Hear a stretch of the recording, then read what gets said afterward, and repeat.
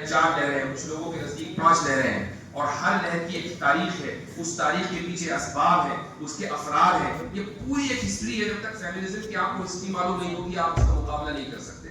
تو school colleges میں اکثر، میں سب کو نہیں کہتا، اکثر جو ہمارے نوجوان ہیں جو پوری زندگی یعنی اپنی جوانی کا وقت انہوں نے بچپن سے لے کر اسکول کالجز میں گزارا ہے، تو وہ فیمنسٹ بھی بن جاتے ہیں اور لبرل بھی بن جاتے ہیں. تو ان تمام ہی فتنوں کا کے اوپر مطالعہ کیا جانا چاہیے. ایک سوال یہ ہے کہ اس فیلڈ میں کام کرنے کے لیے شرع عقائد کا پڑھنا کتنا ضروری ہے؟ دیکھیں، شرع عقائد عقیدے کی کتاب ہے، اور آپ جب اس فیلڈ میں کام کرتے ہیں تو بنیادی جو سوال ہے وہ عقیدے سے متعلق ہوتا ہے. پہلا سوال یہ آتا ہے کہ خدا موجود ہے یا نہیں. پوری ڈبیٹ اسی پر تھی کہ خدا موجود ہے یا نہیں. اچھا، پھر خدا ہے تو ایک ہے، یہ ایک سے زیادہ بھی ہو سکتا ہے. اچھا، پھر یہ سوال بھی آتا ہے کہ ہم خدا کو جانیں تو کیسے جانیں. اب میں آپ کو شرع عقائد کا مختصر سا تعارف کرا دوں، چونکہ میں سمجھتا ہوں کہ آپ میں سے اکثر نے شاید اس کو نہ پڑھا ہو. شرع عقائد کا جو آغاز ہوتا ہے ابتدائی مقدمات کے بعد، ہوتا ہے اسباب العلم ثلاثہ. یہاں سے قال اہل الحق اسباب العلم ثلاثہ، اہل حق نے کہا کہ اسباب علم 3 ہیں: الحواس السلیمہ والخبر الصادق ثم العقل.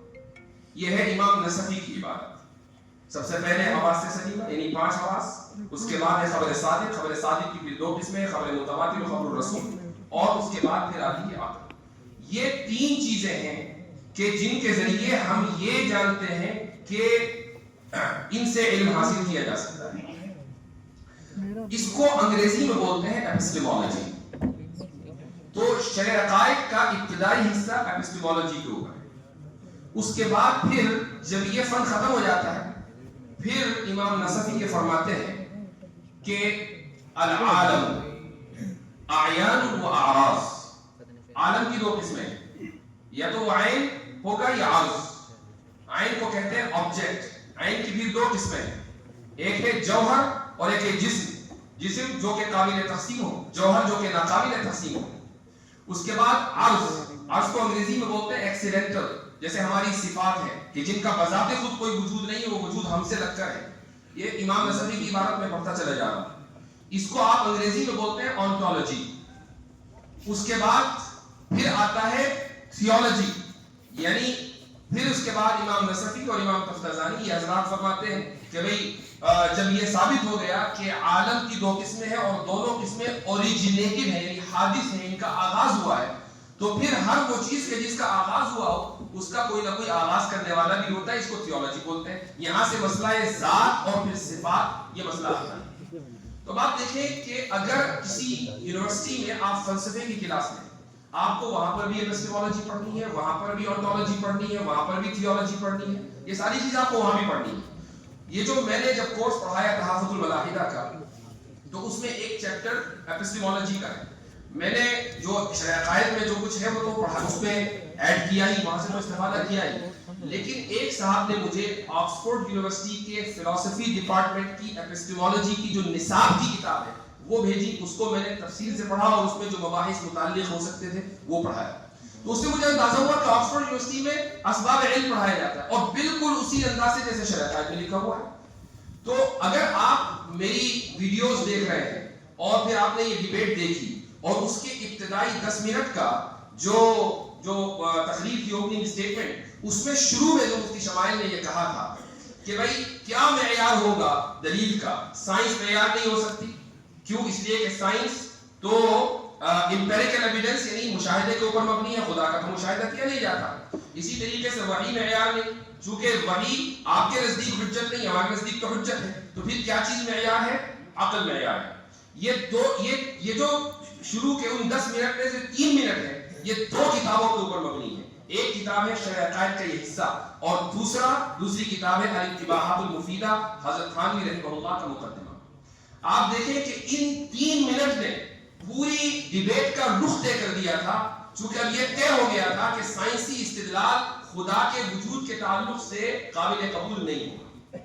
تو یہ پوری بات میں نے آپ کو اس لیے بتائی کہ کم سے کم میں یہ سمجھتا ہوں کہ اگر اس میدان میں کام کرنا ہے تو عقیدے کی جو کلاسیکل کتابیں ہیں ان کا پڑھنا بے انتہا ضروری ہے.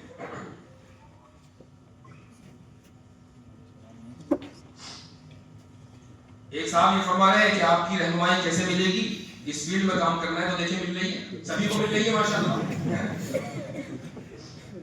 لاز آف نیچر پر تھوڑی روشنی ڈالیں.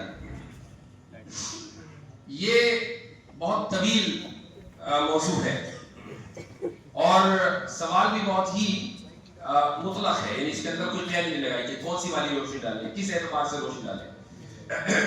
صرف اتنا جان لیجیے کہ بہت سے لوگ جب ان کو خدا سمجھ میں نہیں آتا تو وہ کہتے ہیں کہ بھئی یہ دنیا تو لاز آف نیچر سے چل رہی ہے، اس لیے دنیا کا نظام تباہ نہیں ہو رہا ہے، دنیا کولیپس نہیں کر رہی ہے کیونکہ لاز آف نیچر ہے. لاز آف نیچر نے سوال رکھا ہے، لاز آف نیچر میں گریوٹی ہے اور بہت سارے قوانین ہیں. تو آپ اس کے جواب میں یہ کہیں گے کہ مجھے کوئی ایسا لا بتاؤ کہ جو خود بخود بن گیا ہو اور اس کا کوئی لا گیور نہ ہو. بھائی آپ دنیا کے کسی بھی خطے میں رہیں جہاں لا اینڈ آرڈر ہے تو لوگ ہی بناتے ہیں نا وہ قانون، اسمبلیاں پاس کرتی ہیں، پارلیمنٹ بناتی ہے، حکومتیں اس کو نافذ کرتی ہیں. دنیا کا نظام اسی پر استوار ہے. تو کوئی لا خود آ کر یہ نہیں کہتا کہ میں لا ہوں. لا کا لا گیور ہونا ضروری ہے. تو لاز آف نیچر بھی مخلوق ہے، خدا نے ان لاز کے اوپر اس دنیا کے نظام کو بنایا ہے. ان لاز میں گریویٹی بھی ہے، ان لاز میں کازیلٹی بھی ہے. کازیلٹی کا مطلب ہے کاز اینڈ ایفیکٹ، کہ آپ کوئی بھی چیز دیکھیں تو اس کے پیچھے کوئی نہ کوئی سبب ہے، یہ کازیلٹی ہے. آن لائن کورس دستیاب ہے؟ نہیں ہے، اب نہیں ہے، بس کتاب آئے گی انشاءاللہ. اس موضوع پر چند ابتدائی کتب کی طرف رہنمائی کرنے تو وہ ہو گئی ہے. اسلام کے تعلق سے غیر مسلموں کے ذہنوں میں موجود شکوک و شبہات کا ازالہ کیسے کیا جائے جس سے وہ مطمئن ہو جائیں. یہ یاد رکھیے کہ سامنے والے کا اطمینان یہ ہماری ذمہ داری نہیں. اطمینان اللہ تعالیٰ کی طرف سے آتا ہے. ہمارا کام ہے بات کو پہنچا دینا، اور بات کو آپ چاہے ایکٹیو انداز میں پہنچائیں یا پیسیو انداز میں پہنچائیں. پیسیو انداز میں پہنچانے کا کیا مطلب ہے؟ مثلا آپ کی بات چل رہی ہے ایک شخص سے، ڈیبیٹ ہو رہی ہے جاوید صاحب سے، سن رہے ہیں کروڑوں لوگ، تو بات تو ان تک پہنچانی تھی، پہنچ رہی ہے کروڑوں تک، یہ ہے پیسے. مثلا ایک صاحب نے کل بہت شاندار مثال دی، قرآنی مثال، کہ بھئی حضرت موسیٰ علیہ السلام دعوت دینے گئے تھے فرعون کو، ایمان لائے جادوگر، تو یہ پیسو دعوت ہے. تو آپ کا کام یہ ہے کہ آپ اپنی بات کو اچھے انداز میں خوش اسلوبی کے ساتھ اخلاقیات کو مد نظر رکھتے ہوئے اگلے بندے تک پہنچا دیں. باقی وہ اس کو قبول کرتا ہے یا نہیں کرتا، مطمئن ہوتا ہے یا نہیں ہوتا، یہ آپ کی ذمہ داری نہیں ہے.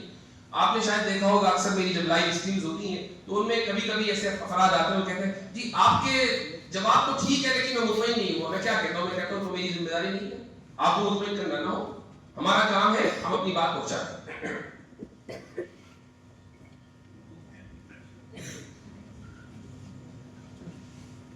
کئی سوالات تو آ رہے ہیں اور مقرر سوالات ہیں جو جواب دیا جا چکا ہے. ایک پہلی بات میں عرض کر دوں کہ یہ سارے سوال قبول کرنے کے لائق نہیں ہیں. نام ہی دلیل نہیں، کس نے سوال کیا، سائل کون ہے اس کا نام درج نہیں ہے. ایسا ادب یہ ہے کہ جب بھی آپ سوال بھیجیں تو اپنا نام لکھیے اور اس کے ساتھ بہتر ہے کہ آپ فون نمبر بھی اگر سوال کے جواب نہ ہو سکے اس وقت آئندہ کبھی آپ سے رابطہ نہیں کر سکتا. یہ مطلب نہیں کہ آپ میں کوئی وہ سردی ہو اس کے اوپر، یہ مقصد نہیں. اگر آپ کے سوال کا جواب نہیں ملا تو پھر یہ رابطہ آپ سے کیا جا سکتا ہے. اور میری بات یہ ہے کہ